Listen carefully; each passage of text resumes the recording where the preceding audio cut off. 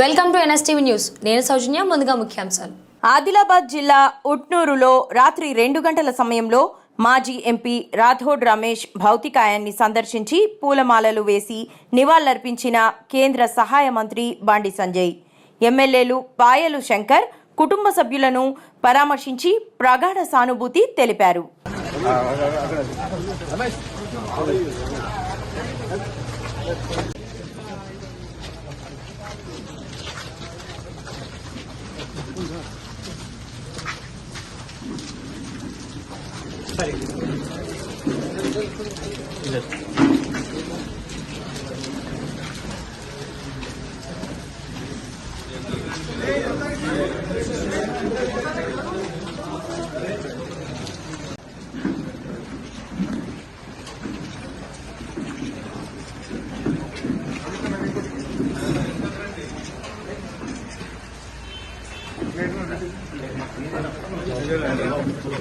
తిప్పదన్న పోరి లాగి